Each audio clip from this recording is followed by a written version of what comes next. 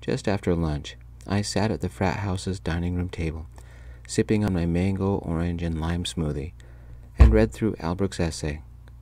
Albrecht's a foreign exchange student from Germany. The TV in the other room ran the weather for today. If you live in southern Nevada, pack your umbrellas. Expect some wind and sudden thunder showers. We have a flash flood warning for Clark, Lincoln, and Nye counties. We only had a few minutes to finish Albrecht's essay. Before we get into everything, I'm Dane Richards, a junior. I'm rather plain to look at, with my brown hair and cheap clothes, and my only incredible talent is making smoothies.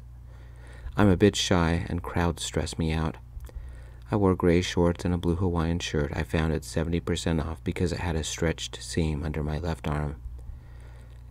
Like every day since I first came to the frat house, I kept asking myself, what am I doing here? The answer is simple. I'm in love with a frat boy. For a super intelligent guy majoring in both engineering and mathematics, Albrecht needed a little help with his English. After all, it was his fourth language, behind German, Italian, and French.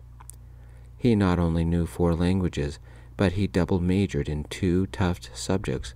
Plus, he knew computers like most people knew a grilled cheese sandwich. If he has any problem, it's the language barrier. He's having trouble making friends. Still, against a brain like his, I can't compete. Nobody can. He's not the person I'm in love with. Did I get it right this time? Albrecht said, his German accent thick, but his words were well pronounced. He always spoke slow, as if he was afraid of making a mistake, and he wore shorts and a plain white t-shirt. Better, I said. The flow isn't right, but we'll work on it tonight. My phone buzzed. A text from Anders. A senior, a frat boy, and, more importantly, my beautiful Japanese boyfriend. His dad was from Vegas. His mom was from Japan. To make him even more exotic, his long black hair was pulled into a ponytail. He had double-pierced ears, a small stud in his left nostril, and Anders had the most amazing tattoo on his back. A full-back tattoo of a samurai, in color. 6 feet tall and built like a swimmer, Anders lived on the 3rd floor upstairs and needed a roommate. That was what today was all about. And he liked me. He was the man I loved. Good luck today. It's time, his text said. Today, Saturday, was the final day of the Rush Week challenges, the finale event, the Sexy Frat Car Wash, after which the frat boys would choose their new members. If I was one of them, I got to move in with Anders for the rest of the school year. I crushed on Anders hard.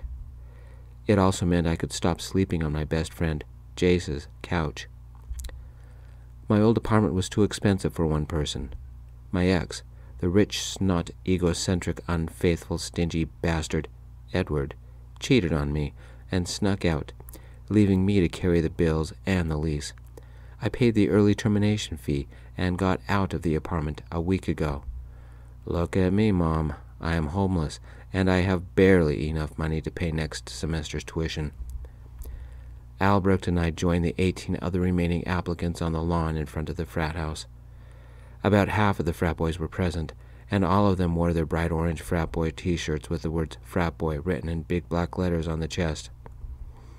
Anders waited for me at the bottom of the steps that led up to the porch. I couldn't believe how beautiful he was. I stopped on the bottom step so we were eye to eye. Anders is 6 feet tall and taller than me. Nervous? Anders said, and lightly kissed me. If I said no, would you believe me? I asked. You are cute and make great smoothies, and I can't wait for you to move in, but you are a terrible liar, Anders said. Mom never taught me how to lie, I said, and kissed his nose. Several frat boys left the front doors and stood at the top of the stairs. Solomon, the president, Hutch, the speedster, and Howard, the boxer. Is everybody here? Solomon, the frat president, said. We're waiting for Chaz. Again, Twitch yelled. Twitch was a cute blonde frat boy, a junior, though he was younger than me, and he spoke fast. Anders, work time, Solomon said, trying to look like a stern old boss. Give me a second, Anders said, and grew serious. What is it? I asked. Dane, I wanted to make sure you understood. I'm not allowed to vote for you. I have to abstain, Anders said. The frat knows we're dating, so it makes sense, I said. Even if you don't make it into the frat, it won't stop us. I think what we have is special, Anders said. Let's talk later over a smoothie. Done, I said, and joined Albrecht in the crowd. Chaz finally sauntered out of the front doors. Sorry, I was arranging a date. Both Twitch and Howard rolled their eyes. Everybody divide into your groups, Solomon said, checking some papers he held. We had randomly been assigned, though I suspect it wasn't completely random. Groups of friends were together. 5 groups, 4 people each. I was the only junior in the crowd, but I wasn't the oldest applicant. Most guys were freshmen. They had randomly placed the older people in one group. Mine. It included me, the nobody from Dead Man's Butte. That's a small town located an hours north of Vegas. I was a junior. Hutch, a surfer from Hawaii, and a sophomore. He is muscular, tall, tan, so handsome he could be on a magazine. I'm only 5'8" and rather plain. I can't compare. Ben, a cheerleader, who grew up a few miles from here. He is the oldest of the applicants, but he's only a sophomore. He's not as muscled as Hutch, but is every bit as good-looking. Plus, he's gay. He's athletic and can do flips on command. A car accident stole a year of his life. He doesn't talk about that, but every so often, when the guys start drinking, he gets this really sad look on his face and walks away. Like me, he never drinks. He's got brooding, haunted eyes. I can't compete against the way he can flip and cheer. Finn is a basketball player from Reno and another sophomore. Tall, a runner's body with looks to match Ben and Hutch. He's a serious athlete, and on the college basketball team. I can't compete against him either. Group 1 was all freshmen. Group 2 were mostly freshmen. They had one sophomore, a guy who did magic tricks, named Grin. His real name was Greenwich, like the place in New York. Who would torture their kids with that name? Group 3 had 2 sophomores, and I think Anders had something to do with the grouping. It had my rich snob of an ex-boyfriend, Edward, and the boyfriend he cheated on me with, Syl Barker. Good thing we were on different teams. If there's 2 people in the universe I disliked, that would be them. My only worry? The 2 freshmen in that group, Albrecht and Josh. Albrecht barely understood the language, and Josh had that I'm fresh out of high school and I have no idea what I'm doing look. With Edward and Syl in charge of that group, what would happen to Albrecht and Josh? Group 5 were all freshmen, including the guy I had seen dancing at the get-to-know-your-neighbor party a week ago. He really knew how to dance. His name was Jason. While most of the freshmen were 18, he was 19. Word is he had joined an amateur dancing group in Salt Lake for a year before coming to Vegas. Jason had a tight, lean dancer's body and an easy smile that brightened the room. The way he could move and dance put everybody else to shame. He must have been the star of the dance department back in high school. I can't compete against him. Solomon cleared his throat, and Twitch said, "Look up here, everybody." "Rules are simple," Solomon said. "This is our last challenge before we vote. Only 10 of you can make the cut. 2 prizes are up for grabs. For 2 hours, you wash cars. At the end of the time, we take how many cars each group washed, divided by the people in the group, and come up with a number. The highest number wins. That group gets immunity. They are automatically in the frat." The frat boys all chanted, "Frat boys, frat boys, frat boys." I joined in the chant. After all, I'm kind of an honorary frat boy. Once we quieted down, Solomon continued. "The next prize goes to the winner of the competition, the group that makes the most money. Twitch twisted our arms, and 10% goes to the Vegas NK Animal Shelter to show that we're nice guys. The other 90% goes to our party fund. A little footnote. You can't donate your own money. That's cheating. Any questions?" "Why are you letting Dane have a chance? He's a junior. He's too old," Edward yelled. "It's a favor to his boyfriend. Somebody's sleeping their way to automatic immunity. Anders likes old men," Syl sniped. I blushed. What did Syl say?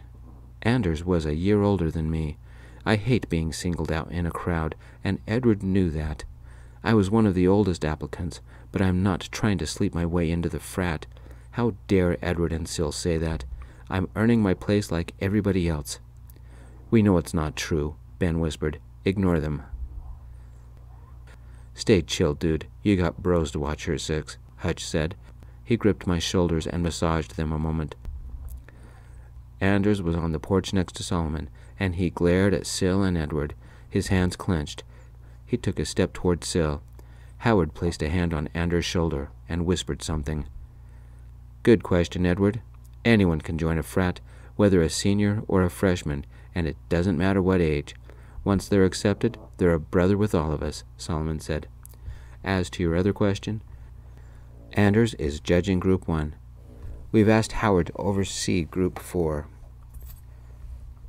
Nobody pushes him around, Twitch yelled. Howard was big. Howard very rarely smiled. Howard was a boxer.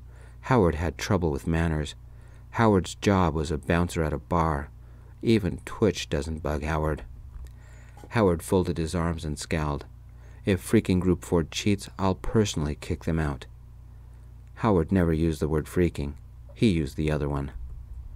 Somebody's in a good mood today, Anders said.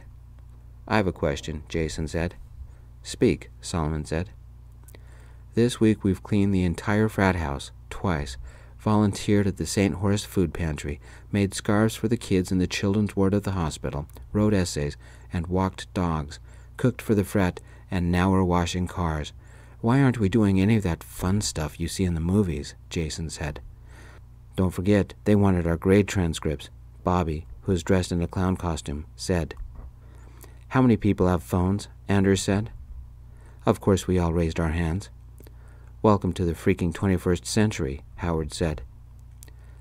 If somebody took a video of any one of the things that are in the movies, we, the leaders of our local chapter, could be charged and sued for regular harassment, sexual harassment, indecent exposure, theft, and encouraging underage drinking. Then we'd be kicked out of the frat. Personally, I like living here, Solomon said. You're forgetting the single most important thing, Chaz yelled. Do you want your membership dues to pay for million-dollar lawsuits or for parties? As one, all the frat boys present yelled, Parties. That means we judge you on your freaking character, not freaking pranks or how well you get freaking drunk, Howard said. All the things you've done this week have helped us understand you, Anders said. Like who sews best? That's so lame, Sil muttered. Hutch, didn't you make 5 scarves? Ben whispered. Bro, easier than shooting the pipeline, but Bobby from Group 1, the guy in the wheelchair, swam like an eel. He made 8, Hutch whispered. Sil, you didn't make any scarves for the kids, but you ate the food, Chaz said. Freaking leech, Howard muttered. One of the frat boys on the sidelines whistled. Solomon, it's time. Hustle up, frat wannabes. You've got 30 minutes. Go set up, Solomon yelled. As I was heading to my car, I overheard something I probably wasn't supposed to. Sil sneered to Edward. Who cares about the stupid scarves? Wait until they see who my dad is. He belonged to this frat back in the day. I'm already in. Sil and Edward fist bumped and wiggled their fingers. What about you? You heard what Solomon said. No donating, Sil said.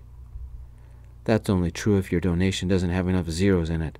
We are already members, Edward said. Edward's parents are rich, and he is Daddy's favorite little boy. Me, I'm poor, college student kind of poor, as is most of the guys in the applicant pool. I couldn't compete against Edward's dad's money. I don't think any of us could. The Sexy Frat Car Wash was in a church parking lot about 2 blocks away. We loaded my car and Hutch's old rust-covered monster with our buckets, sponges, and decorations. Hutch had brought a lot of old T-shirts, our secret weapon. Dane, may I request a ride to the car wash? Albrecht quietly asked in his slow, precise way. What happened to your group? I asked, sliding one of our cutouts inside my car. I have been, how do you say, secluded, Albrecht said. Edward and Sil, they had to make a phone call, and off they gone. No, wrong word. They went to get coffee. Odd. Albrecht never made mistakes when he spoke. Wasn't Josh in your group? I asked. He received a ride from number 2 group, Albrecht said. Hop in. It's a little crowded, so you'll have to hold the buckets, I said. Albrecht gave me a smile and picked up the buckets off the passenger seat. Once we arrived at the church parking lot, we unloaded my car and Hutch's old monster and parked them on the street. If all went right, there wouldn't be room for them in the parking lot. With the way the frat had planned the event, we were 5 stalls in a row. The cars would enter from one street, choose one of the car washes, they'd get washed, then pay, and exit out the other side of the parking lot. By the other side of the car wash zone, near the church, was a table where the judges and frat boys would congregate, above which was a tally board for how many cars came through each group and how much money each group made. Group 1 dressed as clowns and tried to create a circus atmosphere around the car wash. Balloons, circus music, free cotton candy, and popcorn. Bobby was their gimmick. He rolled his wheelchair right up to the car window, made a balloon animal in 10 seconds, and gave it to the kids. Group 2 dressed in black pants, white shirts, and black vests like they were running a casino. They also had cardboard cutouts of giant cards and poker chips. Their gimmick? A giant vertical roulette wheel covered with fabulous prizes. Plus, Grin was a magician and could perform fun little tricks while the other guys washed the car.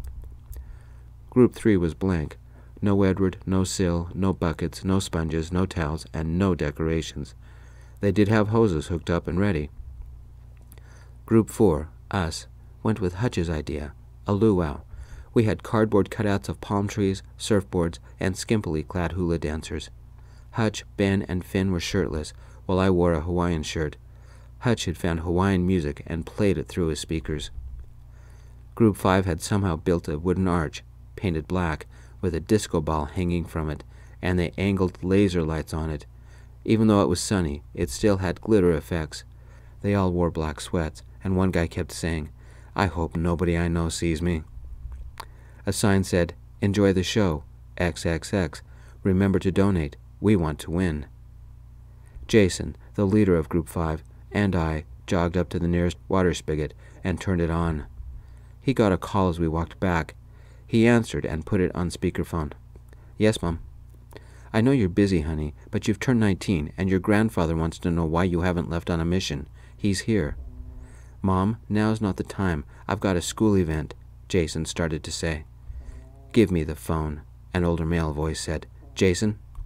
"Grandpa," Jason said.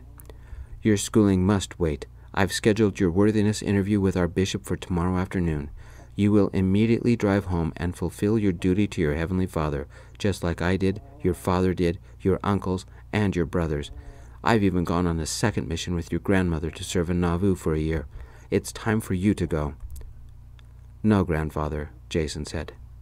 "Why not? It was the best 2 years of my life. If you don't go, you'll be the first son in my family that didn't go on a mission," Grandfather said. "I'm not having you and your church control my life. First, it's a 2-year mission. Then you want me married in a temple, 1 year after that to a sweet, innocent soul, then 10% of everything I earn, and then kids a year after that, and church positions, and whatever else. I'm not being a puppet. It's my life, and I've already told you no, and I meant it," Jason said. His face had gone gray. "I left Utah to get away from this shit, to get away from you." "Don't swear at me. You have absolutely no say in the matter. I am the patriarch of the family, and you will do as I expect. There is no discussion," Jason's grandfather said. Jason's hand that wasn't holding the phone clenched, tight. It shook a little.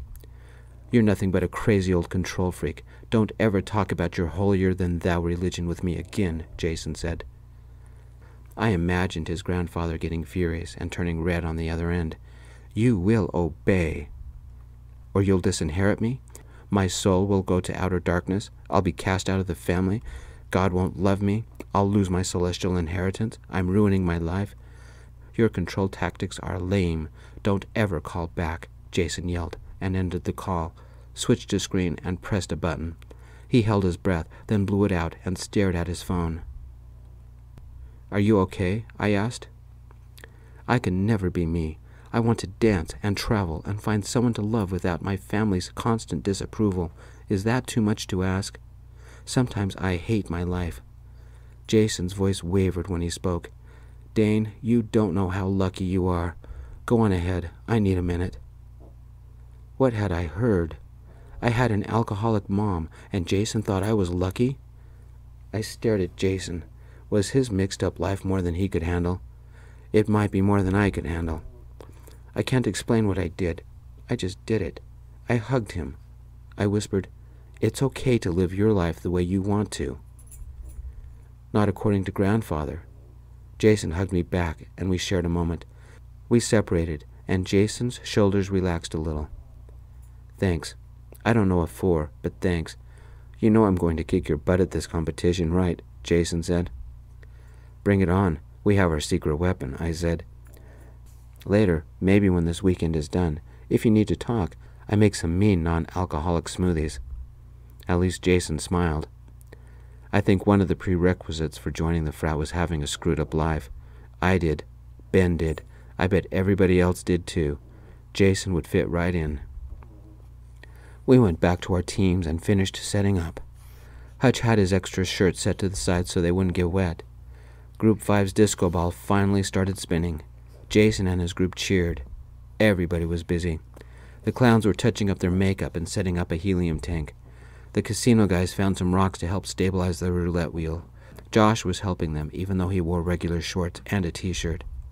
Albrecht stood alone where group number 3 were supposed to set up. He sighed and looked about. Group number 3 didn't even have a bucket. I spoke with Finn, Ben, and Hutch, and they agreed. Damn Edward and Sil. They'd abandoned their team. Group number 3 was still a no-show.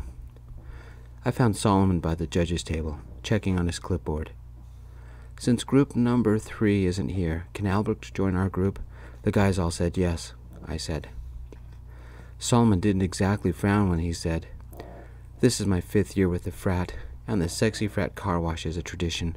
There's never been a no-show. Edward was your ex, right?" "We were together for 6 months, and the last 3 we lived together. Then he cheated on me with Sil," I said. "Ouch. Sorry about that. Andrew said Edward owed you money for bills. How much?" Solomon asked. "Edward snuck out so he wouldn't have to pay," I said, and showed Solomon the small tally sheet I kept in my wallet. I wouldn't see that money again. Solomon pursed his lips, then he pulled out his phone. "Jefferson, we have a problem." After a quick phone conversation, Solomon turned to me and said, "Dane, Albrecht's part of Group 4 until we figure out what to do. Tell everybody it's party time." He waved at the entrance. The orange-shirted frat boys let the first cars drive in. As I walked away, Solomon said into his phone, "Jefferson, Edward, and Sil are a no-show. We have to rethink a few things."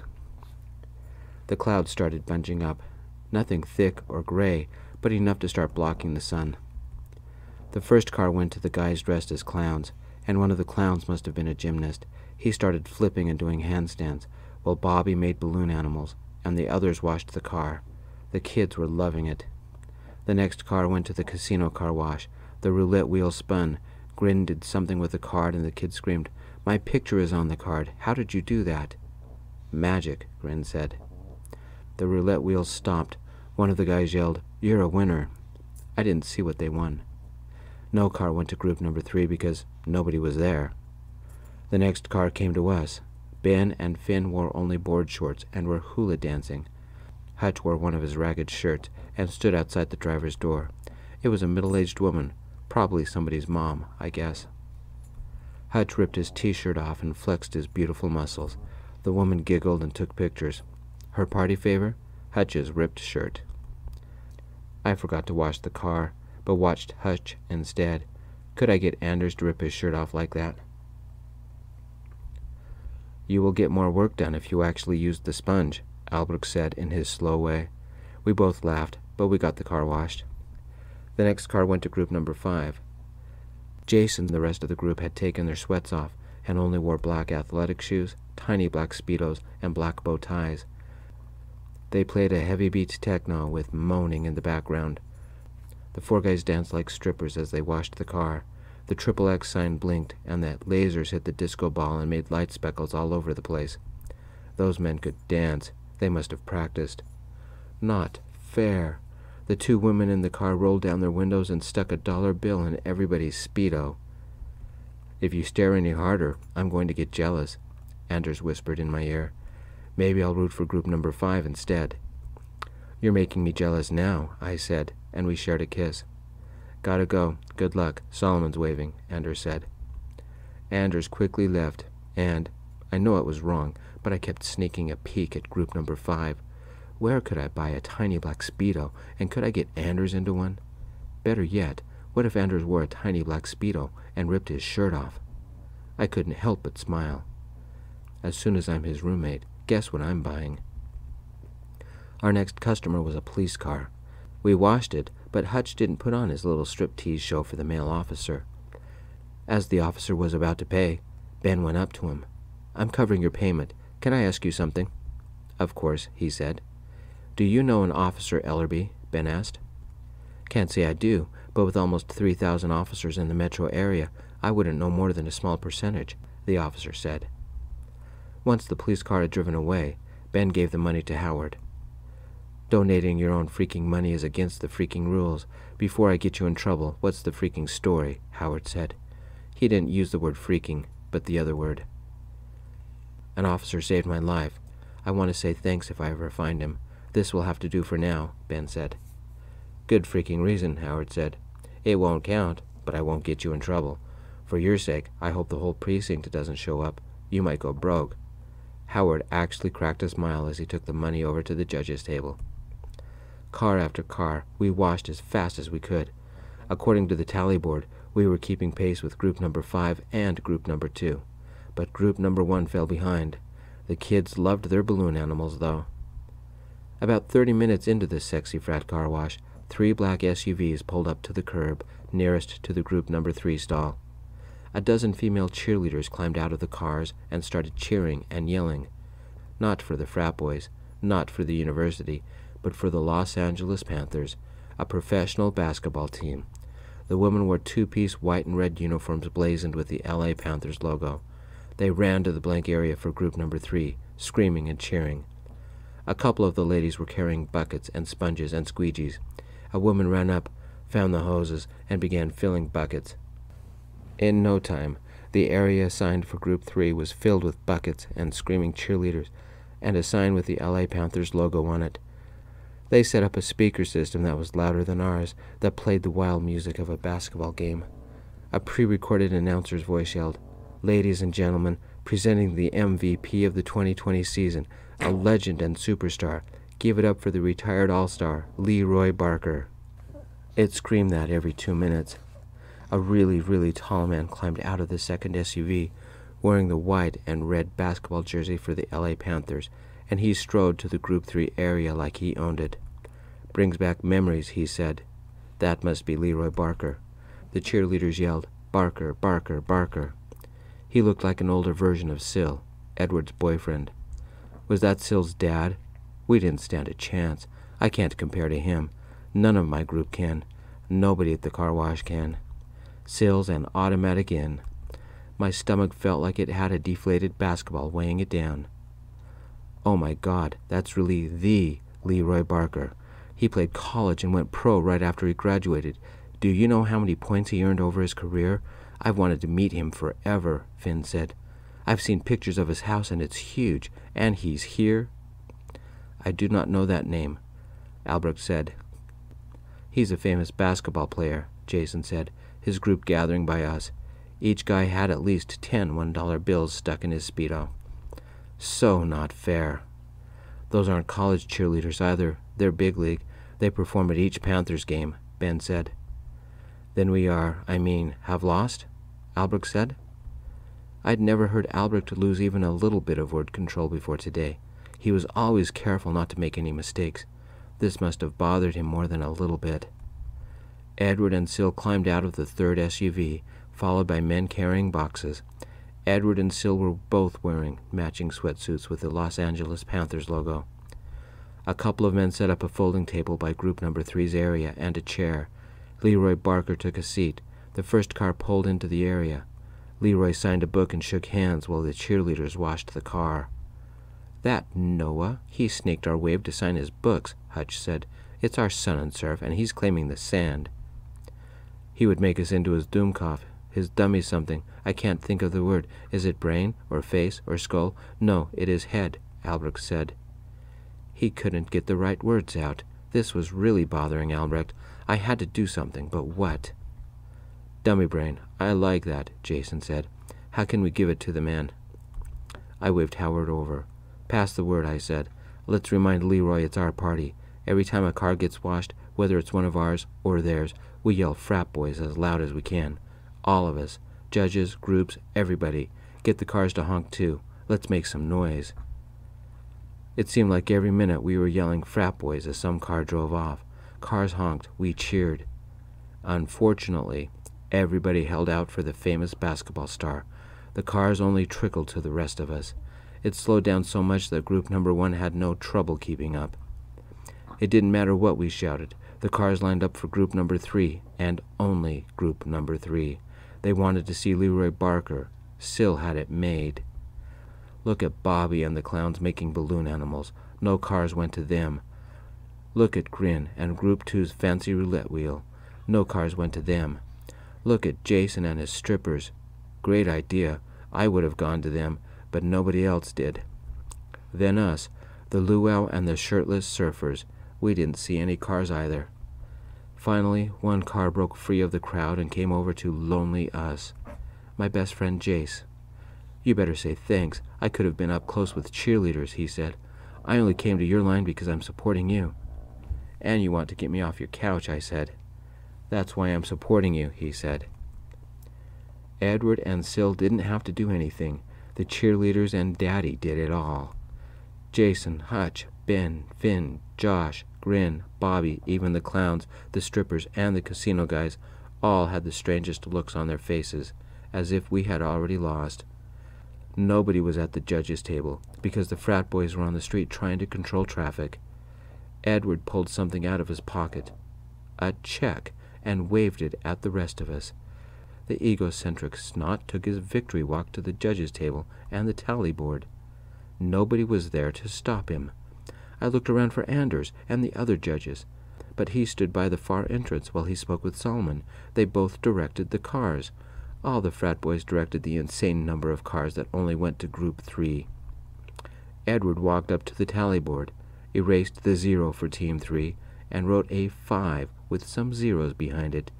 Daddy's money at work. It was more than the rest of us had earned, combined. He turned around and gave the rest of us a smirk as if to say, "That's how you win." Stuck in a riptide with blue bottles, Hutch said. Ben's hands clenched. Jason's team folded their arms and whispered something. Josh, Grin, and the rest of the guys in Group 2 stopped moving. Their roulette wheel spun to a stop. A balloon animal popped in Bobby's hands. The clown that did the flips wasn't flipping. None of the frat boys had noticed what Edward had done, except Howard, who was making sure we didn't cheat. The man took his job serious. I don't want to repeat what he muttered. What really got me was the look on Albrecht's face, kind of a hopeless despair sealed in loneliness. That kid had traveled from Germany to be here for this. Somebody had to do something. I swallowed. I sure could use a Monaco sunrise smoothie right now. The guys had made me a frat boy for a night and had protected me from Edward, my ex. Somebody had to protect all the applicants. Time for me to make a fool of myself, because there was no frat boy around to protect anybody else. I would regret this later. The frat boys would kick me out. I couldn't move in with Anders. I'd be stuck on Jace's couch, and I'd make one of the most famous people in America mad at me. But I would do something. Hutch, go get Josh and bring him to me. Albrecht, Ben, you're coming with me. Howard, back me up. I've got a really bad idea, I said. What do you freaking want me to do, boss? Howard said. Help me get through the crowd and then do what you do best. Look mean. It's the freaking frat friends to the rescue, I said. Neither Howard or I used the word freaking. I was mad. Nobody made my friends feel like garbage. Howard did give me a small nod. Me and Howard pushed through the cheerleaders. Hutch brought Josh over. Ben and Albrecht followed. I didn't know what I was going to say. I'm kind of shy. I'm not good in crowds. I'm not handsome. I'm not an athlete. I'm not a cheerleader. I'm not rich. and I'm a nobody. But for one night, I had been a frat boy. I had been a somebody. It was time to do for Albrecht and Hutch and the others what the frat boys had done for me. I marched right up to Daddy's table, pushed through some people trying to get a free book, and took a breath. What was I doing? I was about to get myself pushed out of the frat boys. I hope Anders still liked me after this, but I had to do it. He hadn't seen the looks on the guys' faces, especially Albrecht's. I had no idea what to say. I leaned on Leroy Barker's table. "If you'll wait your turn, I'll sign a book for you in a moment," Leroy Barker said, with a winning, picture-perfect smile. "I'm Dane Richards. I'm a frat friend. You taught Sil well," I said. I didn't have a smile. "I guess your son is just like dear old Daddy." "What do you mean?" Professional retired basketball player Leroy Barker said, greeting us with a fading smile. I did something scary. I spoke up. "Sil didn't do any work, so what does he do? He calls Daddy. My famous Daddy will get me into the frat. Look around you, Mr. Barker. The guys spent days getting ready for the car wash. Each group had a theme and used their talents to try and wow people. Look at the clowns. They made a circus and are entertaining the kids.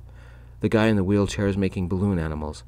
The next group is wowing people with magic tricks and a roulette wheel. My group, we're having a luau. Jason's group, stripper paradise. Did you notice their disco ball? Did you notice how empty your son's car wash area was? Sil did nothing. In fact, meet Josh and Albrecht. Josh is a freshman, barely out of high school. Albrecht is from Germany and can barely speak English. They are part of Sil's group and needed someone to lead them. Sil could have stepped up and been just like you. He could have been a leader, but instead he abandoned his team and called Daddy for help. Dad, don't listen to him. Of course we worked, Sil said.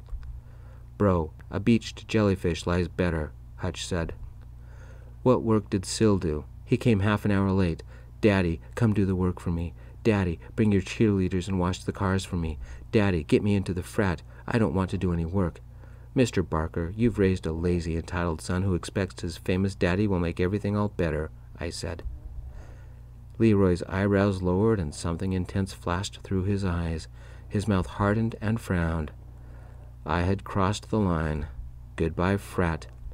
Dad, don't listen to Dane. He's only jealous because I'm dating his old boyfriend, Sil whined.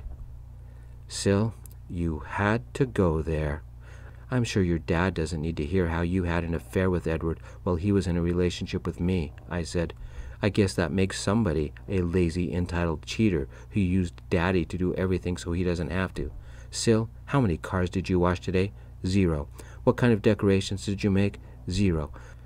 I understand your daddy was a proud member of this frat. He was a frat boy, and he played basketball and graduated. He had to work to earn everything.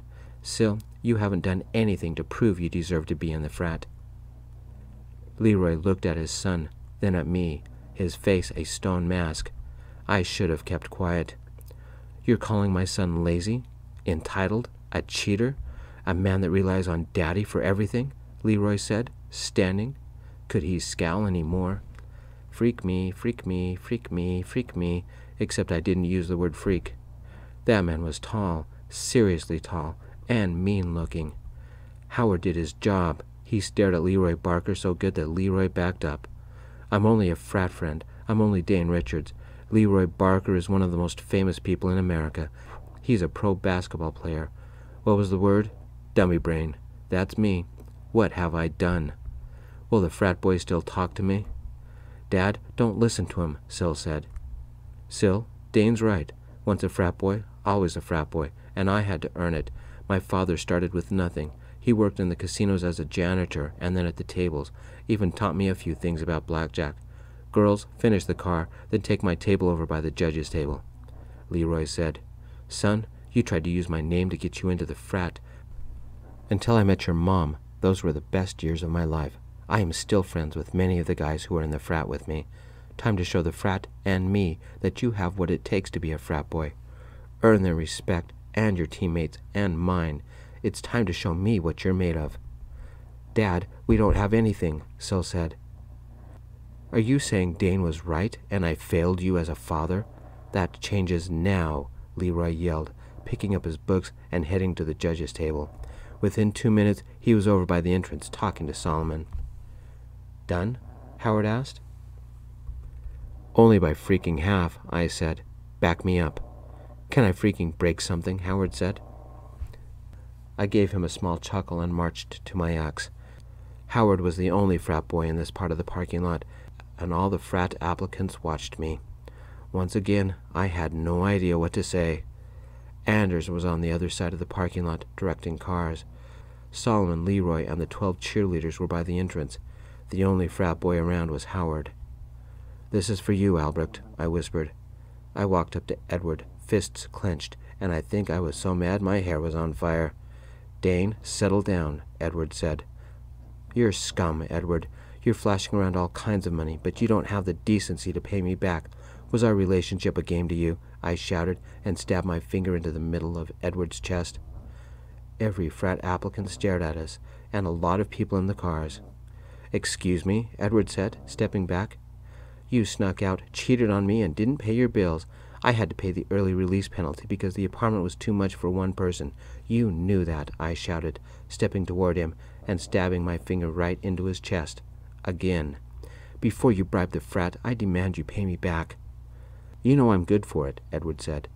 "I've been waiting for a month. Was living with me a joke to you? Are you going to sneak out of the frat so you don't have to pay your bills too?" I yelled. "Dane, you're taking this all serious," Edward said.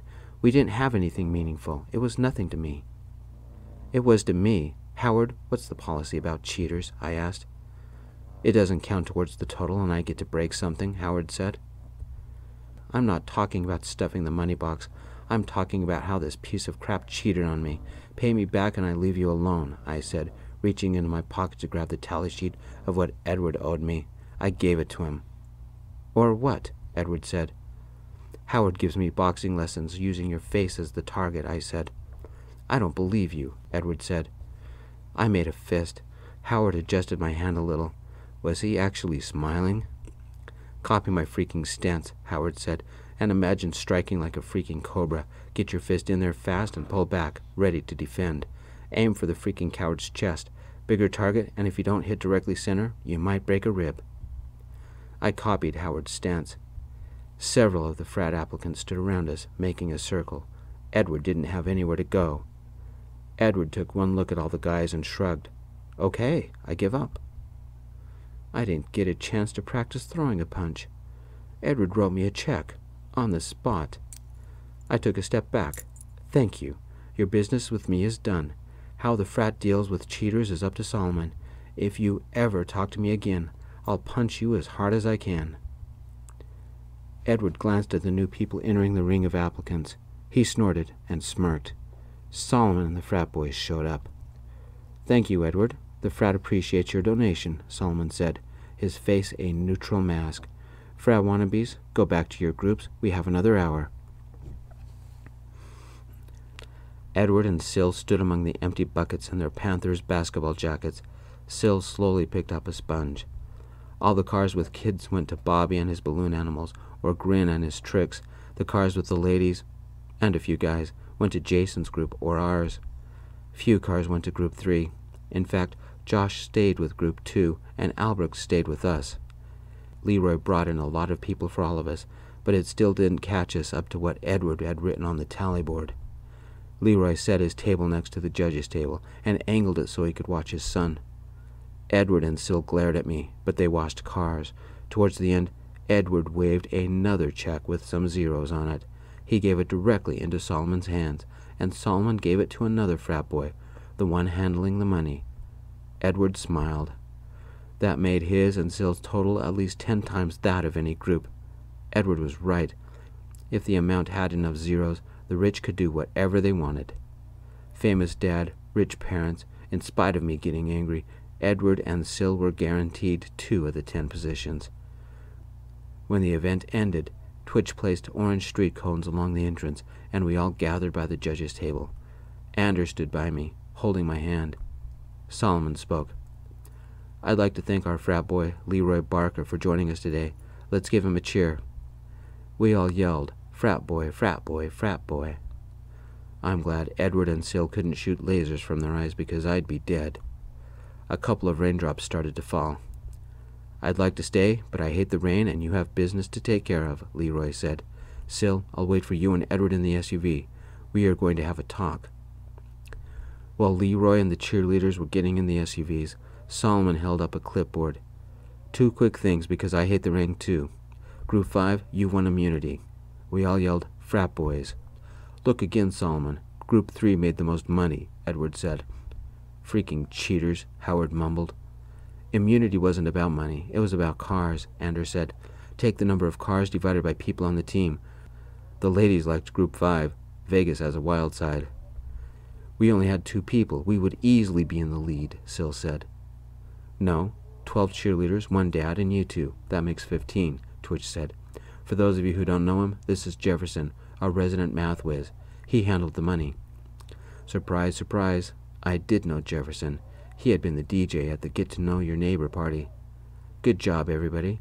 Teams 2 and 4, it was nice taking in Josh and Albrecht, but I lowered your percentage.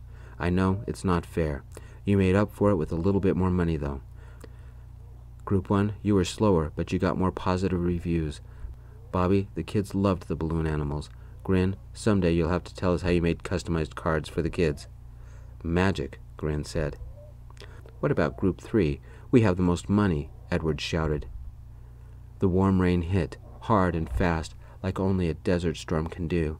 A quick Nevadan storm that would turn into a death trap out in the desert. Run for cover, everybody, Twitch yelled. In no time, the parking lot was empty, except for buckets and hoses and sponges, towels, the shirts Hutch didn't use, and all our decorations. And me. I can't believe I yelled at the Leroy Barker. Me, the shy guy. I needed time to cool down, and this place was a mess. I didn't mind the rain. It gave me perfect alone time. Time to think about the afternoon. I gathered up all the street cones and set them in my car. Hutch's car, parked just behind mine, wasn't working. He had the hood of the old monster open and was staring at the engine. Of all the people I'd ever met, he was the one guy who looked natural, all wet. Dude, I'm dragging the rocks. Do you know anything about cars? Hutch yelled. Right foot is gas, left foot is brake, and the steering wheel turns it, I said. Hutch groaned. This dude has a meet-up tonight. Man or woman? I asked. Bro, I surf whatever wave comes along, Hutch said. Help me load up my car and we'll take the stuff back. Maybe one of the frat boys knows something about engines, I said. You're my bro, Hutch said. The buckets, sponges, and a couple of hoses fit easily. We slid in a couple of our decorations. As we drove back to the frat house, Finn stood under a bus stop. We pulled up. Dude, the monster's taking a siesta. You know anything about comatose cars? Hutch said. My dad used to say I was born with a wrench in my hand, Finn said. Finn and Hutch jogged back to Hutch's car while I went to the frat house. It was still raining. I had blown it today and embarrassed the frat. I yelled at the Leroy Barker, and I was so mad that I had shamed Sil in front of his father. There go my chances. I quickly unloaded the street cones, the buckets, and the decorations, and went back for more. Albrecht was in the parking lot coiling hoses. What are you doing here? I asked. I saw you cleaning up, so I came back to help you and to say thank you, he said. You're welcome, I said. Where's Group 2 stuff? The roulette wheel, the cutouts of the cards, and poker chips were all gone. Only the buckets remained. You know what Grin would say, Albrecht said, smiling. Magic, we both said. As Albrecht and I were taking down the circus decorations, Ben walked up carrying a tray of 5 coffees. I fled to the coffee shop across the street. Then I realized that I'm wearing board shorts. So what if I get wet? You guys need a hand and maybe something hot to drink? Hot caffeine, Finn said, as he and Hutch jogged over. Finn got Hutch's car working, and we loaded both mine and the old monster up. We had one big problem: how to get the disco ball down. Maybe the church would like a disco ball. The pastor could park here under heavenly sparkles, Finn said. And holy lasers, Ben said. Maybe the frat house has a ladder, Albrecht said. The lasers and extension cords got wet, Ben said. Do you think the rain ruined them? They're sand crabs, bro, Hutch said. I am sorry, I do not know what that means, Albrecht said. He means they're small, light, and we could toss them on the floor in the car, Finn said. With this trip we took everything back, except the arch and the disco ball. By now the rain had eased into a drizzle, but my heart had not eased up. I had really goofed up today. Would it have been that hard to keep my anger under control? "I will find a stepladder," Albrecht said. I didn't regret what had happened. I only regret that it showed I wasn't frat boy material. When we got to the frat house, the frat boys were all on the porch wearing normal clothes. Some were sipping beers, some were snacking on chips, and all of them were dry. "I told you it was my boyfriend," Anders said. "Dane the Great," Twitch yelled. "Frat boys, are we going to let these frat wannabes do all the work?" Solomon said. "Frat boys," all the guys yelled at once. I had a deja vu moment. I popped my trunk, and in microseconds my car was empty. I took Solomon aside as Hutch and the guys drove back to the parking lot. "About earlier, I didn't mean to cause problems. I guess I got mad." "It worked out. Leroy promised to come for our Christmas social," he said. "But I don't think Syl or Edward are very happy with you. Heaven forbid they had to pick up a sponge," Anders said, taking my hand. "There's another thing," I said, kind of serious. "What's that?" Solomon said. I sighed. How do I proceed? With both feet in my mouth. "I want you to seriously think about making Albrecht a member. He needs it. He's alone, scared, and needs a group of guys to be his family, to watch his back. He needs to know that he has friends." "There's only 10 slots, and 4 are filled," Solomon said. "What about you?" Anders said. "I would really like to move in with you, but we both know that there are other people more qualified," I said. "You thought this through," Solomon said. "I admit you've made a good case for Albrecht." While we were talking, Hutch's car returned with the broken-down arch and the disco ball. Solomon walked over to the guys, leaving me and Anders alone. We lightly kissed. Anders pulled me to a bench. "I can't do anything tonight because we have to go through all the applications," Anders said. "That's all right. I told Albrecht I'd help him with his essay," I said. "Even if you're not accepted, I still want to keep seeing you. I think you are very special," Anders said, gently caressing my cheek. I had to blink away the tears. I knew I was ordinary and plain. Edward had once called me tedious, and when Mom was drunk, she said even worse things. So why did what Anders said strike something inside me that made me both happy and want to cry? I had to change the subject. "Don't let Edward share the room with you." "That I can promise," Anders said, and lifted my chin. We had one delicious and minty kiss, and, oh God, what a kiss, before I left. Sunday morning, I woke on Jace's faux leather couch sometime after 7. If all went well, I'd be sleeping at the frat house tonight.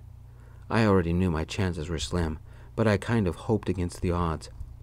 I'm not as wild as Jason, or as good-looking as Hutch, or as smart as Albrecht, or as athletic as Finn, or even a cheerleader like Ben, or as rich as Edward, or as famous as Syl's dad, or as talented as Bobby, or an entertainer like Grin, or as tough as Howard, or as crazy as Twitch, or as beautiful and exotic as Anders, or a leader like Solomon.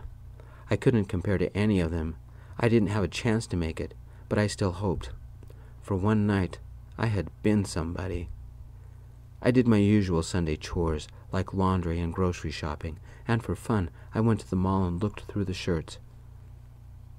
When I got back to Jace's place, his roommate looked up from the microwave ramen he was making and said, Anders called Jace and wanted him to come over to the frat house. The way Jace was talking, they were trying to figure out how to break the bad news. Sorry. I hadn't made it. I leaned on the counter and looked at the clean dishes I had stacked beside the sink. The emotion rushed to my cheeks, and my eyes watered. Why had I expected any different? I turned back to my clothes, folded them, and placed them neatly in my boxes. I would be living on Jace's couch for a few more weeks. The roommate stirred his ramen and said, As long as you keep doing the dishes, you can always stay here until you find your own place. Thanks, I said. My phone buzzed. A text from Anders. Can you come to the frat house? I have something to tell you. He ended the text with a sad face emoji. I hadn't made it. I texted back, be there for lunch.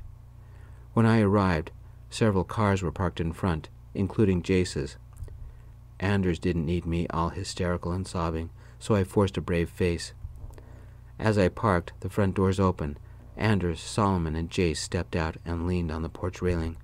All three looked at me. No one smiled. "You guys go inside. I need to be the one to tell him," Anders said. Jace clapped Anders on the back. "Make him a smoothie. He'll understand." "I don't want this to change things between us," Anders said. "Tell Dane I've gotten the blender and the cutting board out. He always said his Monaco sunrise smoothie was great when you're depressed," Jace said.